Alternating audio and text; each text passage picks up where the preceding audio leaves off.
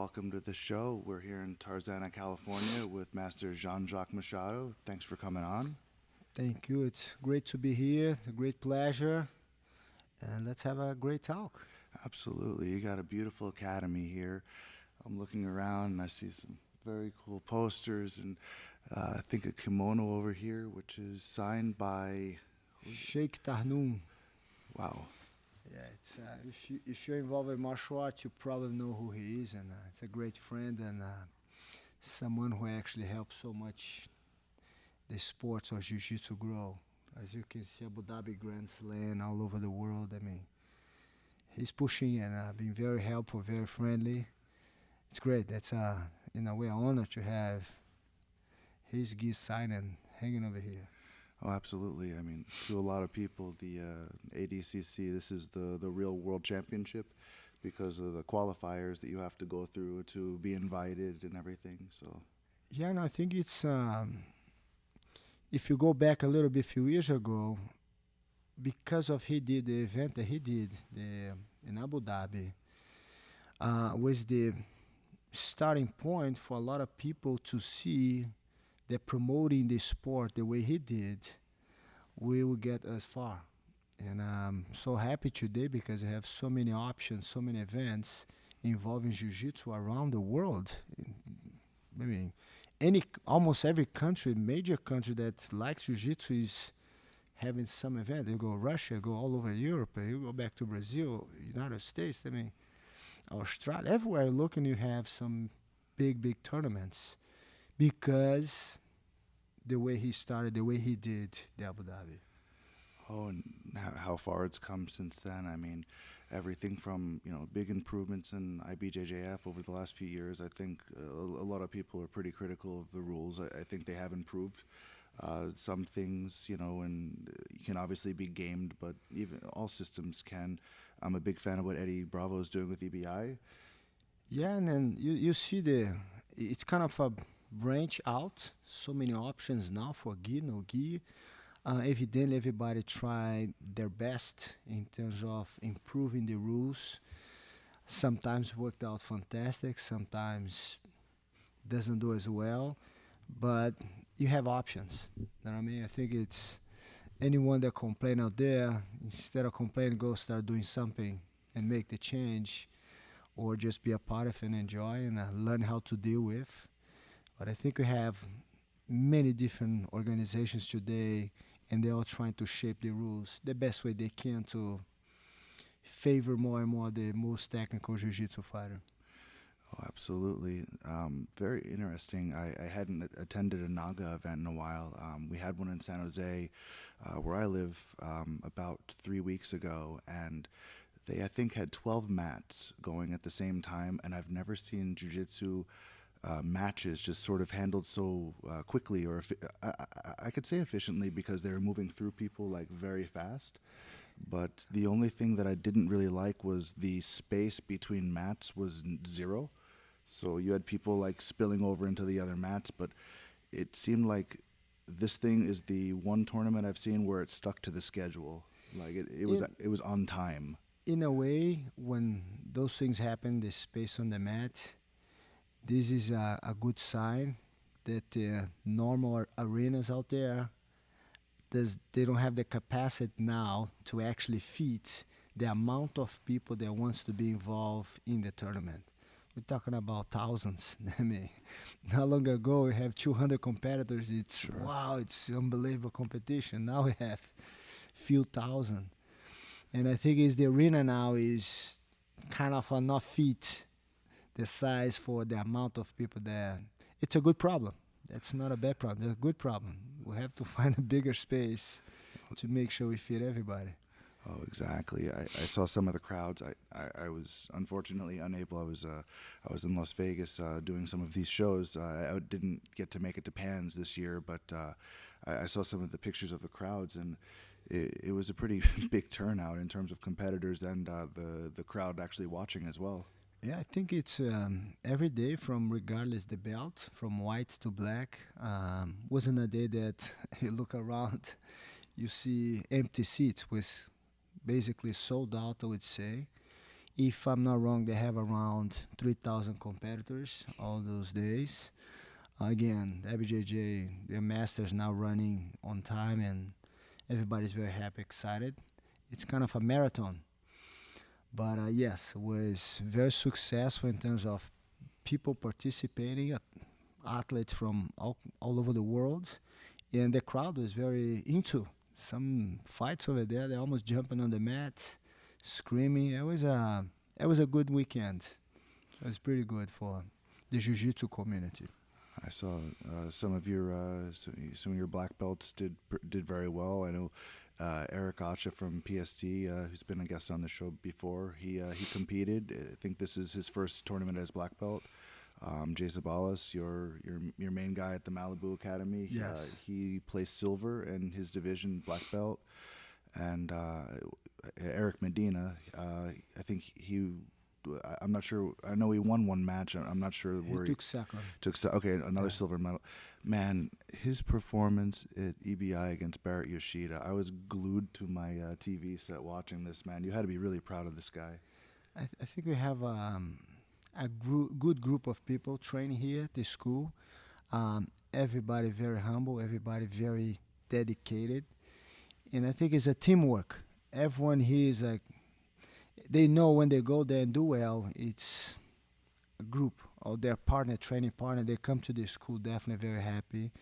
And sometimes some of my students, I always mention them that sometimes they don't have any idea of how good they are because they train every day here, and sometimes they have the same partners, but everybody in such a good level, and the competition is something that they can test themselves and get that feeling.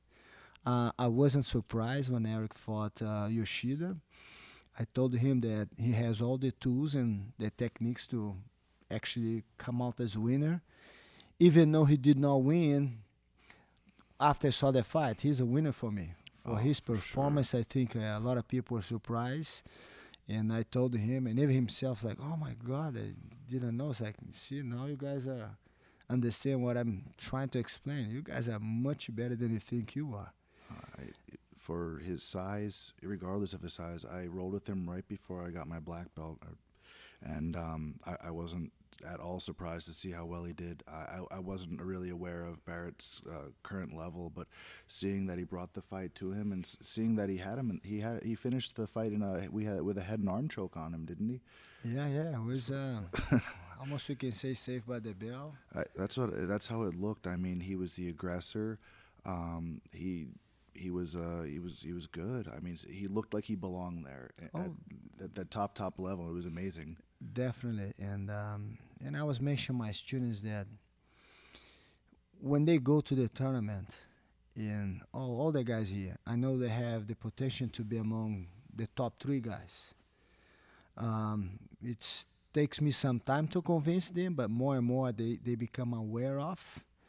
They now see the results. Every tournament that they go, they are on the top 3, which is a fantastic feeling for me. And I have no doubt all those guys, they're really into that path to be for a few years to come. I was on the top of the food chain. I think I have some very good guys here, very good guys, helping each other in training, the dedication. And I'm very, very happy. Very, very happy for all of them, and evidently I'm very happy for myself too to see the result of years and years of training, and it's literally paying off big time. Oh, absolutely. You mentioned years and years of training, and this journey literally began for you as a really young kid. Were you something like 5 when you got into jiu-jitsu or something like this? Yeah, in the case of my family, I was a privilege to born in the family that I born. We are 5 brothers, the Machado brothers, which is a small clan inside of the Gracie clan. My mother's sister, my aunt, was married to Carlos Gracie Sr., which make our link into the Gracie family, which for us is, we grew up, not that we have option or we choose, no, it's just we felt so natural to start grapple and train with people. And we see your brothers, your cousins, everybody doing fantastic and something that we love. And we learn how to love jiu-jitsu, and I'm pretty much sure jiu-jitsu love us back. Absolutely, you've got an amazing culture and academy that you've sort of cultivated from that family that your clan, as you call it, has grown so much over the years. I mean, you're like one of the most respected instructors in the country, obviously. You've had guys from the Eddie Bravo and Joe Rogan come through, and I think I remember seeing you on, what was it, the Walker Texas Ranger when I was Chuck Norris, yeah. Chuck Norris. You guys, so he was a student as well. Yeah, he was. I think in the early '90s, he was the main reason that we stay in America, and he was a very, very helpful person. He still be our close friend, who basically introduced us to martial arts in America and around the world. And he pushed and he said, man, I want to learn this. I want my karate organization to learn jiu-jitsu. I think you guys have something that the world needs to know. And through the years, evidently, we were able to form and have a lot of our students become very successful in different areas, but some of them specifically in what we do, jiu-jitsu.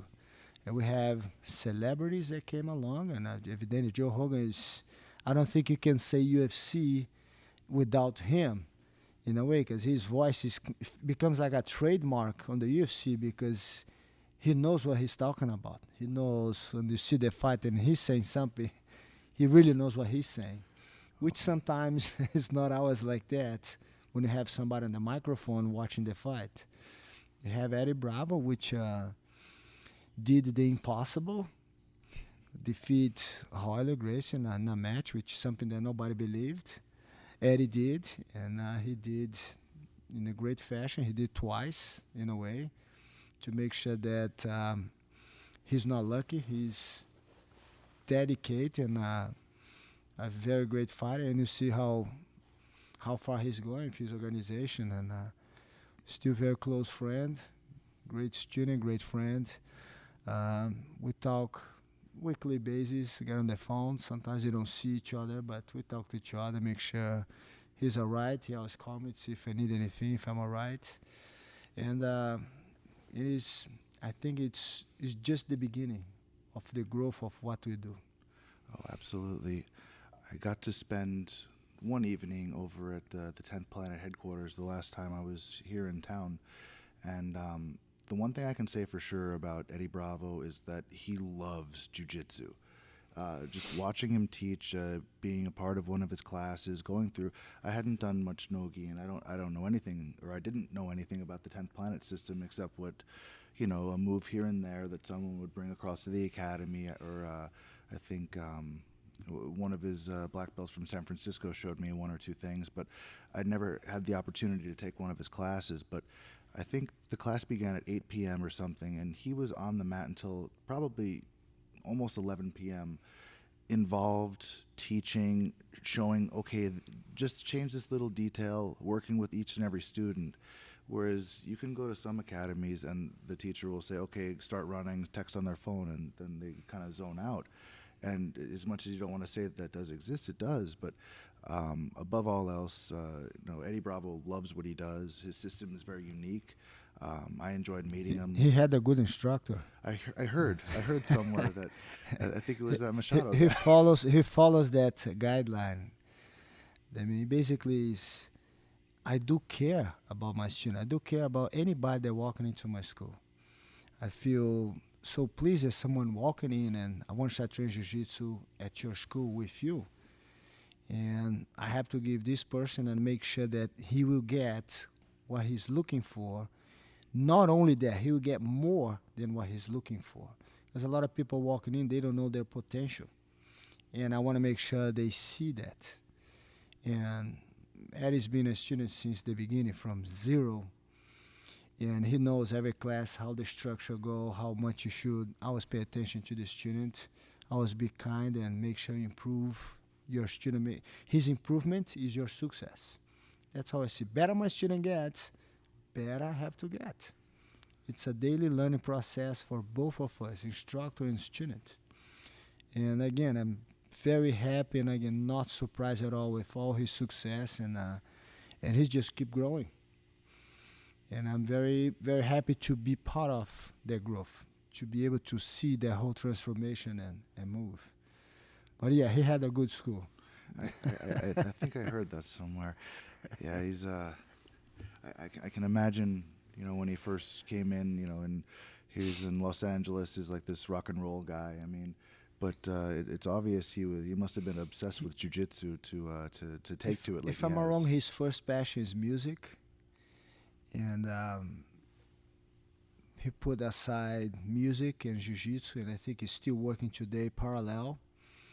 I heard that he's much better jiu-jitsu guy than a musician, but I told him never give up because a lot of people tell you, I don't like this, it's not good, but they said that before about your jiu-jitsu, and look how far you come. And it's the same thing with the music. And he's going to get there and fulfill all his dreams, his passions. But I'm sure the jiu-jitsu is being a huge base for his life in general. Oh yeah, he's got a huge following now, and he's like turning into this kind of not just MMA, but almost like a pop culture type guy. Him and Joe Rogan both. I mean, Joe has changed radio. I mean, I don't know. I'm sure he's. If I'm not wrong, I read in an article he was on the top 10 podcasts around the world. Oh, easily. I mean, around the world. It's not just here. Easily. And if you have a chance to follow the people that he definitely interviewed there, is amazing people. And again, he's in a way changing and open the door for all of us that absolutely want to go and do the podcast, because he's doing a fantastic job, and he's a real martial artist. Oh, absolutely. I think last few weeks ago he had Neil deGrasse Tyson, his particle physicist, one of the leading minds in the world, on his show.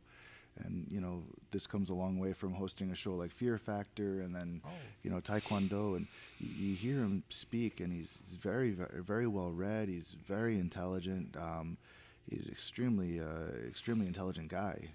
When I met him was, I think he was doing a TV show, if I'm not wrong, News Radio. Yeah. And I think that show just ended up finishing, not because of him or anything, just I think the main actor died. Yeah, Tom Arnold, right? Yes. And no, it was anyways, it's I forgot the guy's name, but it was the main guy on the show. Phil Hartman. I'm sorry. Yes. I confused these guys. Yeah. That sucks. I'm sorry. But Phil then, Hartman. and I remember was when he was training for me, and I remember he got his blue belt. He had a Taekwondo background, came from Boston, but he was already stand-up comedian, successful at that time. Then he started Fear Factor. Yep. And Fear Factor, who knew, just became a fever around the whole world. Then from being successful, he became very successful. I don't recall how he got involved with the UFC, but he started becoming a UFC voice, and since then he's just now, if he was big back then, I don't know, he's huge in today's time, and the radio, the podcast is something that he loves to do. Oh, and each show he does, so my shows are an hour. His are at least 3 hours each. It has no time. He just keeps he going. He goes until he gets what needs to be get. They're all very immersive. He's able to do something. So, in the U.S., obviously, like Howard Stern was the big talk radio guy. Like he knocked every record out of the water or whatever. He's the biggest guy. But then he moved to satellite radio, and people aren't. I mean, you paid $10 for it, whatever. But I think Joe is like passing this in terms of the number of people that he gets downloading his show. I think he's evident. He's the technology that makes so easy, so accessible. Evidently, the people that he brings in the show, the knowledge that he has. I mean, he talks to anybody that goes there in the same level, regardless what ranking people have or on their background. He's just talking and having very interesting conversation and making sure us as an audience we get the idea and understand the interview.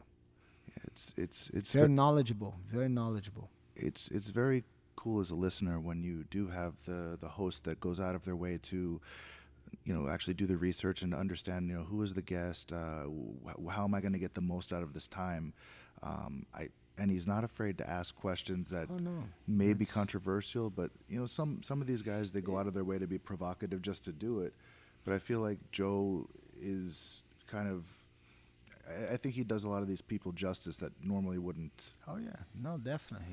He's I mean, that's why he's one of the most successful. He's able to make the person that be interviewed feel great to be there, talk about whatever they want, and he has his questions. Many people probably wants to ask those questions, and he's right there. He has it's kind of a phenomenon about his show. The businesses and the technologies he talks about on that show, they have a tangible business impact. So they do cryo chamber therapy everywhere. Half of the people that come into the place that I go to in California, in Northern California, they say because of Joe Rogan experience. Yeah. I mean, as his... And he's providing a great service for lots of people. And, I mean, a lot of people, they learn so much and listen to the show, and I think it's something that more people should do. It's like you're going to school, in a way. It is, because you go in there and say, well, I know this guy from MMA or Jiu-Jitsu, but you come away learning about particle physics, or the one guy is what is it? He works with dinosaur bones. What's the?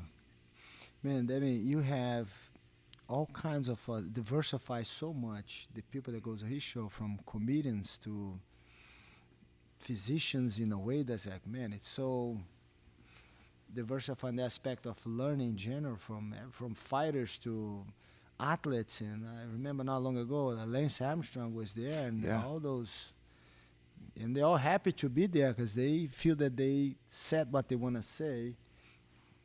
No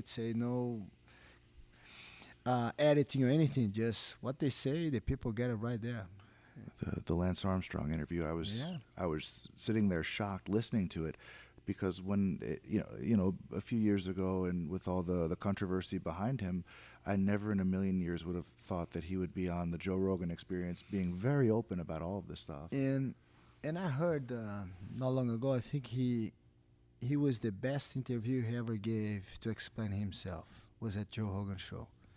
I heard that, I think it was in a Howard Stern. He's saying that to Howard Stern. I said, no, Howard Stern, don't get me wrong, but I went to Opera to say something. I wish I went to Joe Rogan, because it was much better interview, and I could explain myself extremely well. Yeah. And you see, someone who was interviewing such a very hard topic were able to be happy to talking about, and was with Joe. That says a lot, man. I don't think the Oprah interview did him any favors, honestly. No. I don't think that was good for his career. No. In many ways, but sometimes the truth will do that. But I mean, truth hurts sometimes, but it has to be said, and we move on. And who's perfect in this world? No, no one's perfect. I don't know. No one's undefeated at life, right? No, man. It's a constantly learning. We make decisions and make choices, and sometimes the choice turns out to be not the best one or not the right one, but the time will say. So, I am regularly normally wrong, but it's good because I could look and try to fix it the next day, and hopefully then we learn. Yeah, that's how we learn. I try not to mess up twice the same way. If I can, I usually get pretty obsessed about when I make a mistake, like trying to figure out, like learn everything about it, but that's in jiu-jitsu, it's not so easy. There's 100,000 ways to get choked, and you still have arms and legs to worry about. But you gotta decide, and the choice, and it's very similar to life situations. That's why I try to use jiu-jitsu as a foundation for most of my decisions in life, and the same thing with my students. Some of the guys I have a great talk, and one of the guys that won the tournament, he's going through a tough time on his life, and I said, man, if you use the same effort you just did to win this tournament on your life, I have no doubt you're going to achieve the goal that you have. And as soon as the tournament is over, we had that conversation. I already spoke to him this morning. He's all driving towards his goal. He's going to make it happen. He never thought he would win that Pan Americans, and he won because he put the effort, he put the time, the dedication, and he said, man, now get this whole energy and put what you want in your life. And he already started. He said, finish the tournament. I went home and I started doing my homework, and I have no doubt he's going to achieve that goal.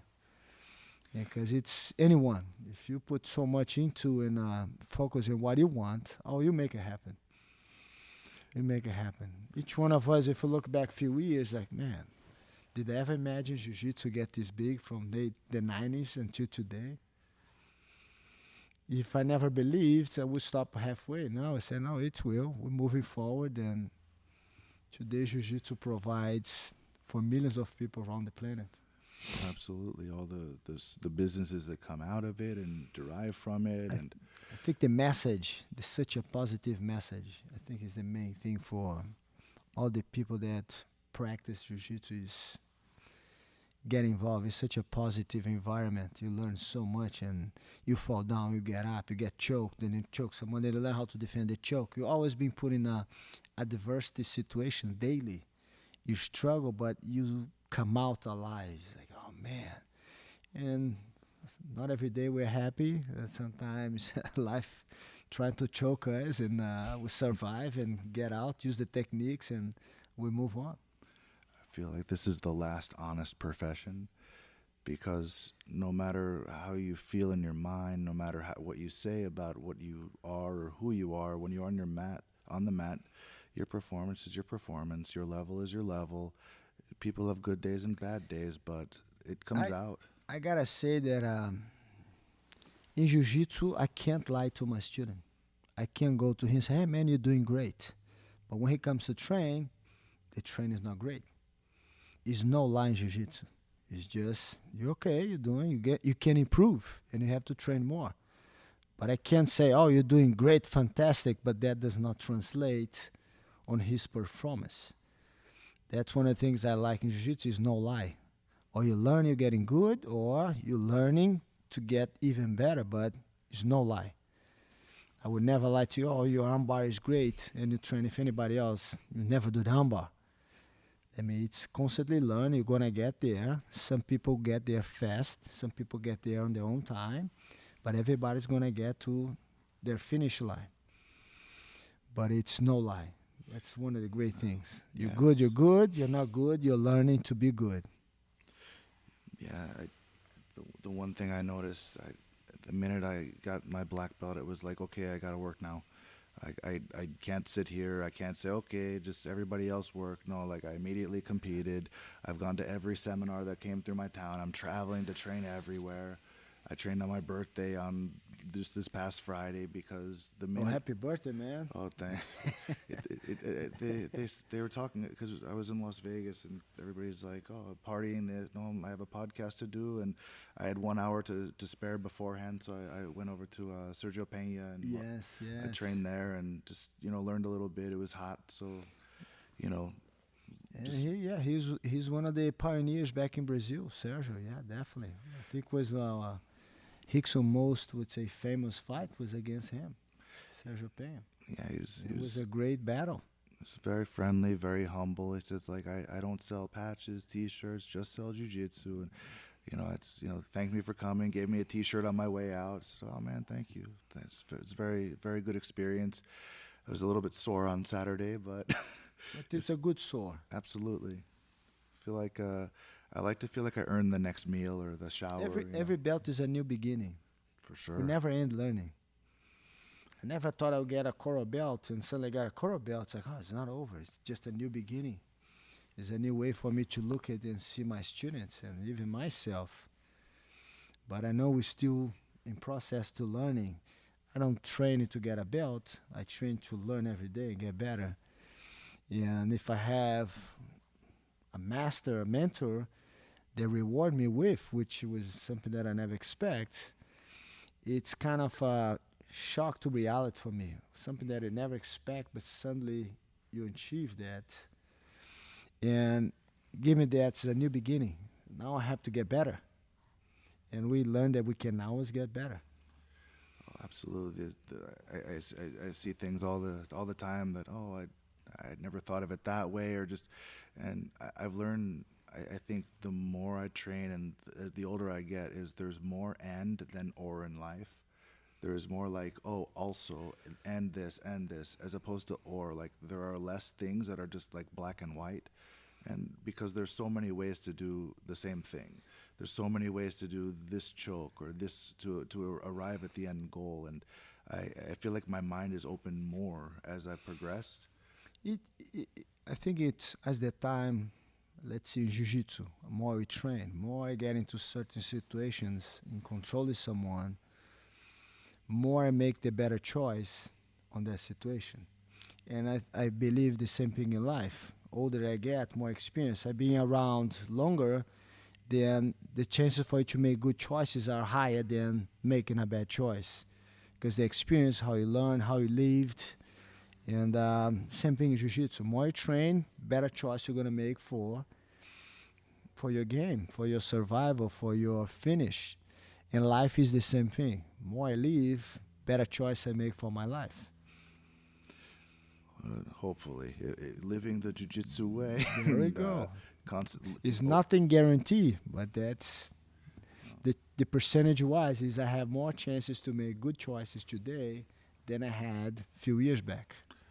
I feel like by having this jiu-jitsu as the foundation, we're taught to always want to improve position, not to be complacent, and to always try to improve things, to be more efficient, to use the technique. And yeah, when applying this to life, for sure. And I always, for me, to make a show like this, it's to be able to share what jiu-jitsu has done for my life. And even if it isn't saying, for someone out there to go and make a podcast, like I'm not expecting everyone to love what I do, but if they can look and say, okay, this is a guy who's working in IT for this many years, but he finds this other thing that makes them very happy, and then you pursue this But passion you believe in what you do. with full. There we go, man. With my There entire we go. heart. Nothing will stop you. Absolutely. Nothing. If you believe, you love what you do, the results of that is magical. I feel like the passion is like 9/10 of it. And one of the great things is doing what you like to do. How many good people you met along the way? How many people you actually have a chance to have a chat with and get to the source of a lot of people, some great people out there, and be able to share that experience with the whole audience out there, which would like to be in your position, ask those questions, and to have that talk. It's a great thing, man. You're doing a fantastic service for our jiu-jitsu community, which we do need more people doing what you do.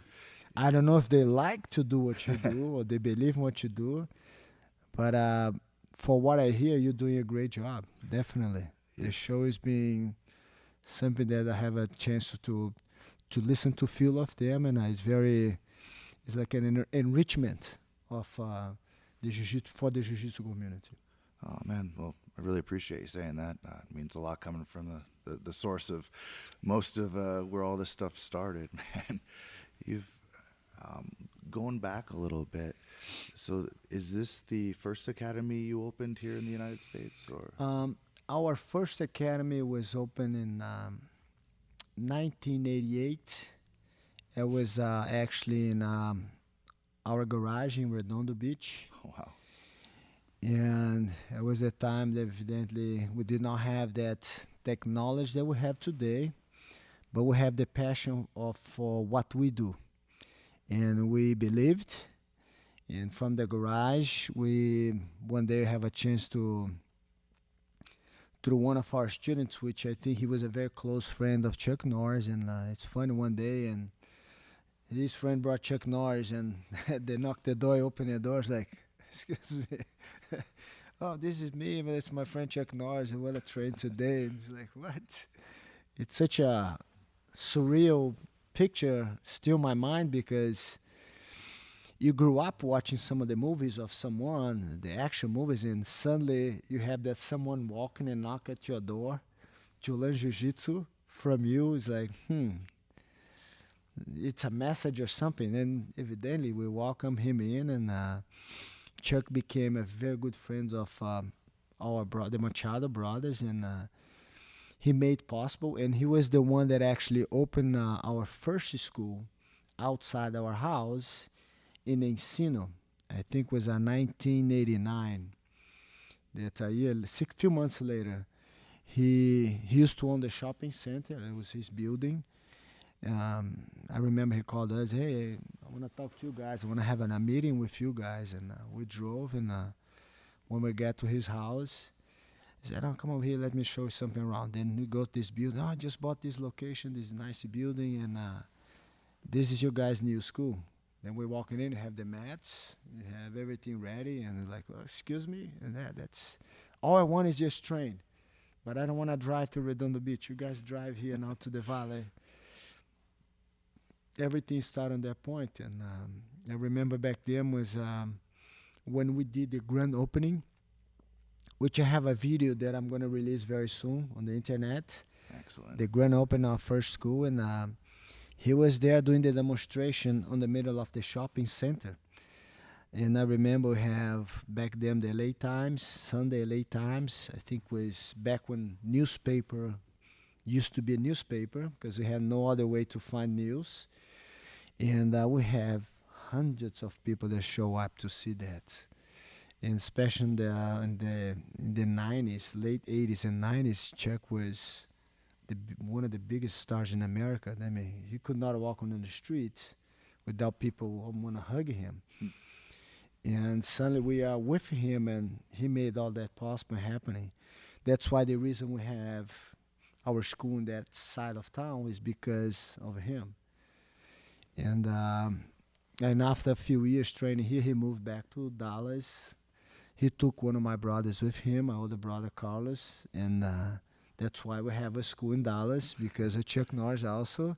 He didn't want to stop training. He said, hey, I don't know who, but some of you guys got to move with me to Texas, because I can't stop training jiu-jitsu. Then we just following that, and now we have several schools everywhere. And but he was the guy who really put the flag and make sure all his karate organization get involved and train jiu-jitsu with us, and spread the word. Every talk show that he's been to, and say, hey, what have you been doing to be such a good shape? I train jiu-jitsu with the Machado brothers. And it's like, it's the next day you go back to school, you have few people line up at your door, and they're like, oh, excuse me, I want to start training jiu-jitsu because Chuck Norris trains jiu-jitsu. And definitely we owe him a lot in that aspect of really from his heart. He really had the passion for jiu-jitsu, and he still trains jiu-jitsu. But that was great. I think it was because of him also jiu-jitsu was able to grow in America, to get into the point that became a UFC. Yep. And now you tell me where you can find a place that does not have jiu-jitsu. And it's very, very challenging. I think it's I think once we go and colonize Mars, or put a thing on the moon, I think it'll be a race to see. I'm sure they're gonna have jiu-jitsu there too. I have no doubt. Zero gravity. This will be 10th planet for sure. Like the literal. In another planet, they will definitely. But they will have some kind of grappling happening. I think Eddie should have the claim to the first on the real 10th planet, right? Or 9th. I'm sure he will, man. If you see his posts. Oh man. I enjoy his Instagram very much, man. You guys have like a secret language over here I'm trying to decipher now with the emojis. You're like very, very technical with the texting. I think in Instagram it's something nice. It's evident the people that like your pictures and all of this, you want to like the pictures back. And sometimes I'm improving so much on my English and sometimes time-wise, I want to like the most and go there and thumbs up and okay. I just want to make sure that person sees that I care about the picture, I care about their post, and when something positive, that please keep doing that. And I know for a lot of people how important that is for you to like their picture and all that whole thing that's happening on Instagram. And you don't follow me, you follow me, and I follow you from my heart, regardless of Instagram. I mean, I want all my friends and all the people definitely that are involved in jiu-jitsu to my success is, for me, is also related to my friends and my students' success. Their Sure. success makes me successful. And that's how I keep pushing. And evidently, the Instagram, the emojis, yeah, I like the fist. I'm always a fist up or thumbs up, and to make sure they know I was there looking to their picture. Yeah, this is like your signature thing now. Like some people have like a very distinct autograph, you know, when they sign a paper. Like yours is definitely the fist and the thumbs up emoji. This is like very like a signature Jacques Machado thing, for sure. But sometimes I write, right? Yeah, occasionally the majority it's emoji. Like I think you guys can. At one time you mentioned to me, and I write down, it's like, hey, not only emoji, but the emoji for you. It just made me laugh. I was like, because it's almost like you tell a little story with it. There was a few different ones, and I'm like, what's he saying? Oh, okay, I get it. And I'm not sure the meaning of some of them. I know it's a good meaning, but Yeah. again, I want to make sure that people know that I was looking to them, reading what they wrote, and it means a lot to me. I know also how much it means to the person. Oh yeah, for sure. I know there's you have a lot of fans out there, and you know followers all over the world that your teaching, your jiu-jitsu has impacted, and so many people. So it's a very powerful thing. So that you take the time to look at it, I was very happy. Oh man, he put the thumbs up. Me and Dave were looking at our phones like, I like the picture. So for sure, man. It's I think today, and evidently when you go to some of the tournaments and people approach you and, hey, I want to take a picture, I want to say hi, thank you. Yeah, it makes you feel really good because something that you love to do and create such a great and positive impact on so many people's lives. Sometimes we have I do have an idea, but sometimes you don't have an idea how far that actually goes. How much transformation happen in people's life that you don't even imagine. And it makes you feel great. I mean, something that I like to do, I would do it regardless. People might have a bad day and suddenly they see a picture of something that you wrote or a technique that you post or a fight that you did and make a very positive impact on these people. It's something that is priceless. And we do what we do because we know someone out there, life will be changed in a good way because they see something that you did. It's something, I mean, it's translate exactly what Jiu-Jitsu means to me and what Jiu-Jitsu means to a lot of people that are involved with. And that's what we're here for. I want to make sure that everybody that walking into the Jiu-Jitsu community have a change on their life for better. And never met anybody who's not doing jiu-jitsu.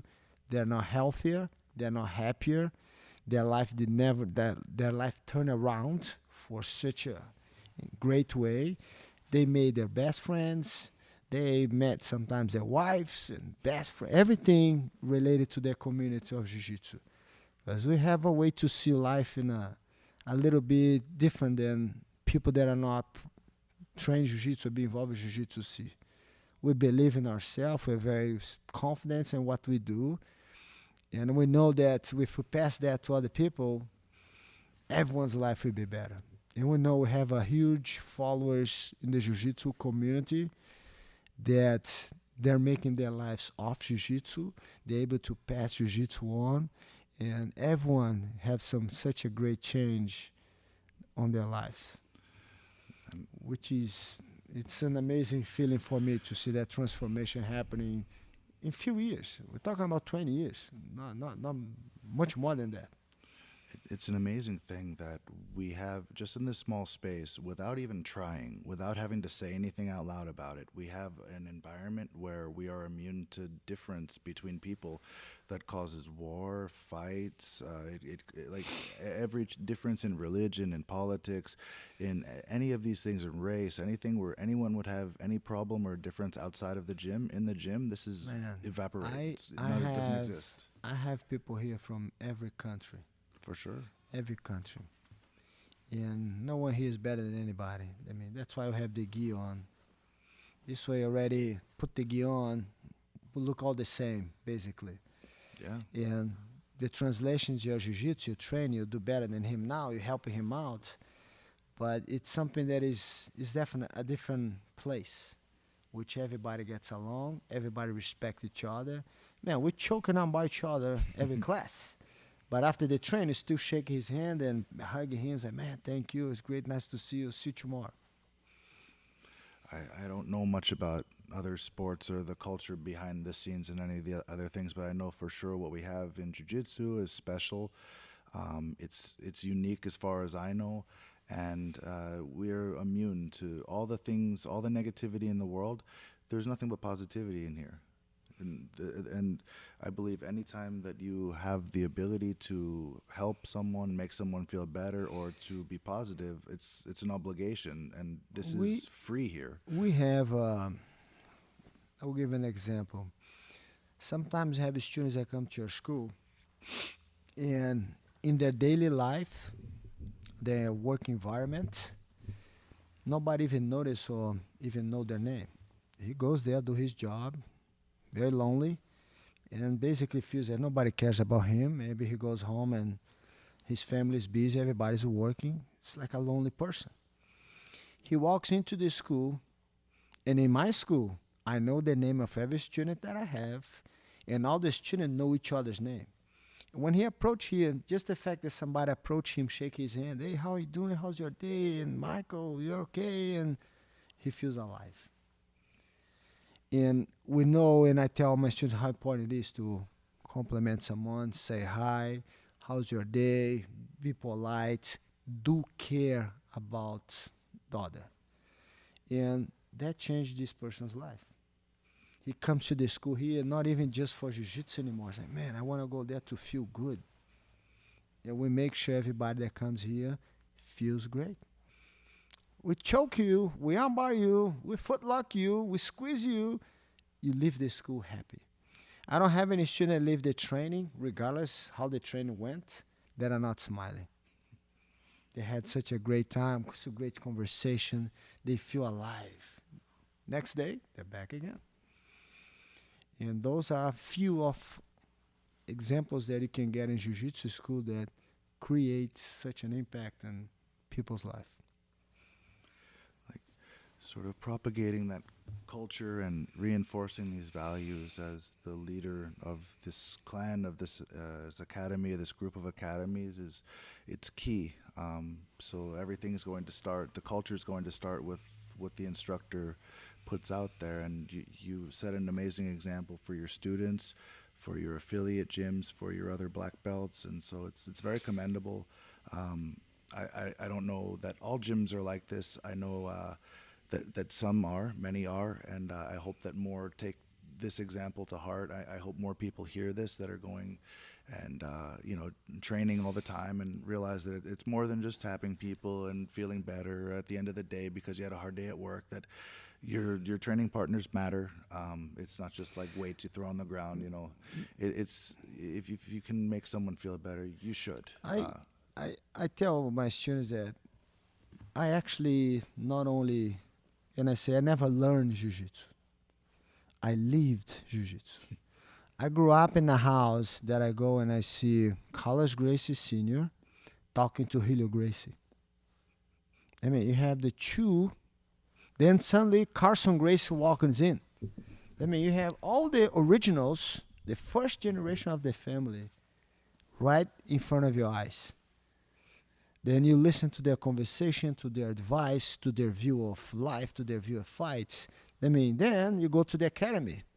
You look at one corner, you have Rickson Gracie. You look to another corner, you have Holly Gracie. You look to the other corner, you have Renzo Gracie. You look to the other corner, you have Carlinhos Gracie. You have Helion Gracie. I mean, you have Jacques Machado. You have Carlos Machado. Man, how are you not going to get good?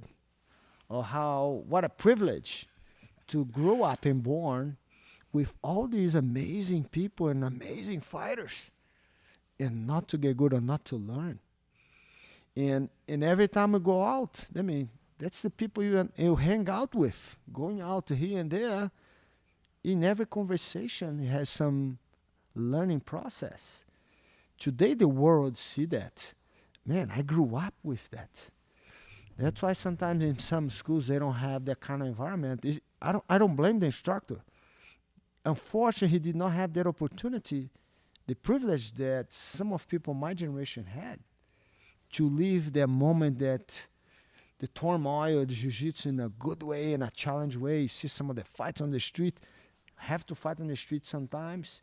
But I think every generation has and had that contribution for all of us to get where we are today. But it's something that, man, that's how I learned how to teach jiu-jitsu. And that's how I grew up and lived with all these monsters, amazing fighters, samurais. I mean, everyone's a warrior. You train and, I'm getting good. Okay, train it. I'm not that good yet. Then you go, I'm not that good yet. I mean, it's a daily testing, proving yourself and learn. But you have all this source to be able to pick everyone's brain and learn. That's why what I do today is a translation of what I lived my whole life in jiu-jitsu. You mentioned the growing up and the street fights happening and all this stuff, and that jiu-jitsu at its roots is a martial art, and with the popularity now of the YouTube and competition and very fancy techniques and moves, where do you weigh in terms of the self-defense, the martial art aspect versus the competition, the sport aspect? I mean, what weight would you put on one? Do you base your jiu-jitsu more on one than the other? I think is the past 2 generations or 2.5 generations of jiu-jitsu instructors, they born in a time of jiu-jitsu tournaments, which is fantastic. But that's the time they born with. A lot of the jiu-jitsu is specific towards tournament, which is nothing wrong with that. My generation and the prior generation, they never had jiu-jitsu tournament. I remember used to have maybe 1 or 2 a year. I mean, we can't base our training in 1 or 2 tournaments, jiu-jitsu tournaments a year. And wasn't that time that the Vale Tudo back in Brazil is still alive? I mean, we learn literally jiu-jitsu to how to defend ourselves. It's not that one is better or worse, it's just different routes. The principle of jiu-jitsu is still there. Evidently, when you want to go and you have a confrontation with someone, evidently some of the techniques we do in the sport of jiu-jitsu, we should not apply in a real fight with someone. It's 2 different routes, and I think is regardless if you learn in the jiu-jitsu tournament, which is fantastic. I teach a lot of my students, and I learn too. I compete a lot too, and you have to be involved and do it. But at the same time, you have to have the basic principles of jiu-jitsu to make sure, that's the reason most of us learn jiu-jitsu, to defend ourselves, to be self-confidence, and somebody hold me in a headlock, I should know how to get out. And because of the competitions, not many people sometimes pay attention on that aspect of jiu-jitsu because they don't want. They just want to go into their route, which their school was born and based off jiu-jitsu tournament. Jiu-jitsu is out there for anyone to learn. I think is the competition today. The people involved in jiu-jitsu are now a lot better shape than the time that we were. They emphasize such an unbelievable nutrition and fitness and all of this, which is great. Our time we have the Gracie diet that I still do today. I eat it, my papaya, my fruits. I don't eat meat, very rare. My fish, my chicken, but it's very, not restrict, but just natural as much as possible. And we're always in good shape. I mean, we grew up and we learned that stay healthy. If I have my biceps big, doesn't mean I'm healthy. We learned that we don't get sick. I'm very rare. Some of my family members will get sick because we learned that we need to go to the school. And then our mentality back then is if you sign up for a fight or a tournament, even if you're sick, your name is out there, you have to go. Sure. Sick or not, you got to show up. And that's our mindset. Then we want to make sure we always healthy to show up on the fights or tournaments that we have to do. Some of the students come to me and they try to learn some techniques which became very fitness oriented. Not everybody can actually do the technique. When I learn jiu-jitsu, my generation is I want to make sure that everybody can learn the jiu-jitsu that I learn. The competition jiu-jitsu, not everybody can do some of the techniques some of the top guys do. Good for them, very challenge for a lot of people to be able to execute some of the techniques are out there. But yes, you have two different routes, which they should be working together. I learned how to escape on a headlock, and I learned how to do some very fancy moves and moves that I can apply in the tournament. But should not be, oh, I don't want to learn self-defense at all. I just want to go and do the tournament.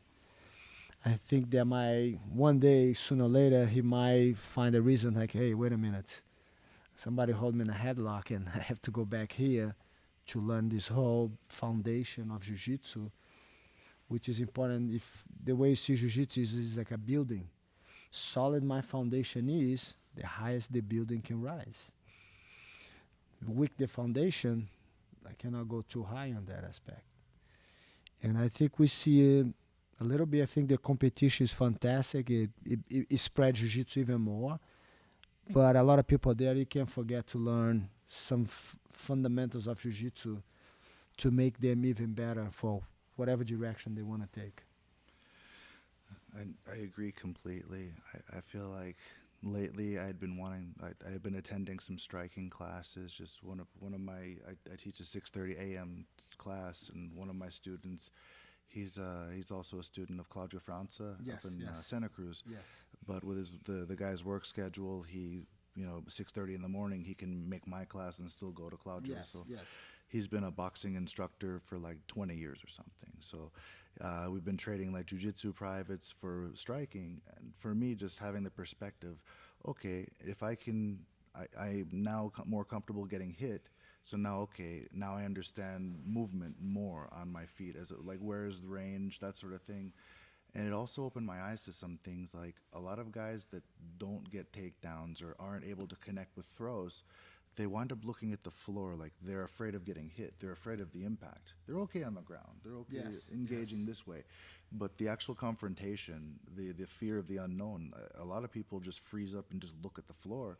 And I noticed I was even doing it. I'm like, okay, wait, now. So now, like, going in and actually learning some striking, like, I did boxing and kickboxing a long time ago, but having jiu-jitsu over here and striking on the other side of the mat, if I was in a striking class, I see people rolling, I want to go roll. I want to go do jiu-jitsu. So I thought, okay, when I get my blue belt, I'm gonna go back to striking, no problem. And then I said it again at purple, brown, and now finally a black belt. Okay, I'm gonna go and I'm gonna learn this stuff a little bit, because I figured as a black belt, I should be able to defend myself, and I should really be able to teach it very well. But I feel like there's so much emphasis now on. I think a lot of, and especially today with the mixed martial arts, evidently a lot of those fighters that have a foundation style, or wrestling, or boxing, or Muay Thai, Jiu-Jitsu, and evidently you have to know what to do standing. Sure. And you should know what to do on the ground. I think and I believe that a lot of the successful guys doing mixed martial arts, they have a strong foundation in whichever style they come from. Sure. And they were able to find on their game, when do they mix? What I mean is, a lot of jiu-jitsu guys, they're good jiu-jitsu guys, they suddenly became boxers. And they end up losing their fights in the boxing game. It's the fine tune that when should I box more or less? And I give an example, Damian Maia. He's not the greatest boxer, but if you go to the ground with him, wow, you're in trouble. But he was able to find that tune of how far I box, or how I'm using this to get into the situation that I can take it to the ground. The same thing with some stand-up guys. They're good stand-up. They're okay on the ground. But they find the right tune not to let the fight go to the ground. All those guys are fine, but they need to have a solid foundation. They need to be doing for many years that style to have that as a base. And learning a little bit here, a little bit there is the challenge is when I'm doing too much boxing and less grappling, or when I'm doing too much grappling and less boxing. The ones that find the right in the middle, able to mix that, are the most successful ones. You see, you can see the guys that are winning. They're the ones that find on their foundation their strongest, and they're able to find the halfway to use this more, to use this less.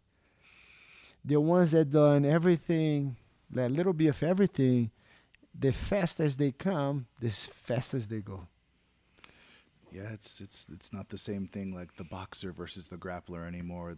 The game is so much different. It's evolved. It changed a lot in a way of you have to have a chance for the title shot. You have to surround yourself with all aspects of the fight. Well, it's looking like it's time for the students to make their triumphant return from the pans this past weekend. Jacques Machado, it has been an honor to have you on, and I know I've been bugging you for a long time to be able to come and do this, but I really appreciate you taking the time. I know everybody listening out there is really excited for this one as well. Thank you very much, man. It was my pleasure, and apologize to take so long for us to have that nice conversation. Looking forward to have more of those in the future. And thank you for the great job you've been doing for our community in general. And if you're out there and listen to us over here and you're not training jiu-jitsu today or not training tomorrow, make sure you visit the gym and try out. Definitely jiu-jitsu, you make your life a lot better, definitely. Thanks, and it was a great pleasure for me to be here talking to you guys. Thanks, guys, and remember, go train, be good to each other, and if you're in an area that, if you're in LA, you definitely have to come to the Tarzana Academy or Malibu. Dallas, there's a Machado Academy as well. I mean, you anywhere you go, you will find one of the Machado brothers somewhere. They're all over, and be sure and go look up on Netflix that the episode of Walker, Texas Ranger. That was a great time. That was fun. All right, thanks very much, Jacques. Thank you. You're welcome. Oh, thank you, brother. I know your knees.